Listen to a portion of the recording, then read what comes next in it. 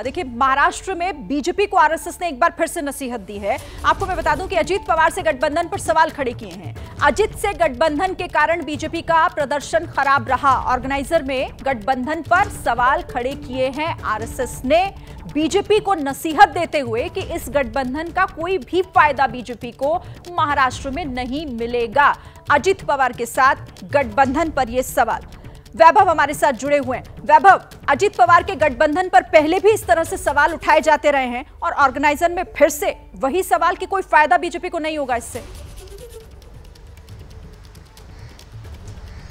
जी बिल्कुल, देखिए अभी लोकसभा के हार के बाद अब भाजपा को विधानसभा चुनाव के लिए सामने जाना है और ऐसी स्थिति में अजीत पवार गुट को साथ में लेकर कितना फायदा होगा और कितना नुकसान होगा, ये तो लोकसभा चुनाव में ही नतीजे सामने आए हैं। जैसे ही लोकसभा चुनाव के नतीजे सामने आए थे उसके दूसरे दिन ही बाद लोकसभा के चुनाव के बाद आरएसएस के कई संघ प्रमुख हो, कई कार्यकर्ता हो, नेता हो, इन्होंने साफ तौर पे कहा था कि अजीत पवार हमारे साथ आने की वजह से हमें काफी सारा नुकसान मिला है। देखा जाए तो यहाँ पे महाराष्ट्र में कांग्रेस सबसे अव्वल रही है। पहले ऑर्गेनाइजर में सवाल खड़े किए गठबंधन को लेकर और अब मराठी पत्रिका विवेक में भी यही सवाल फिर से उठाया गया कि कोई फायदा नहीं होता हुआ दिख रहा है।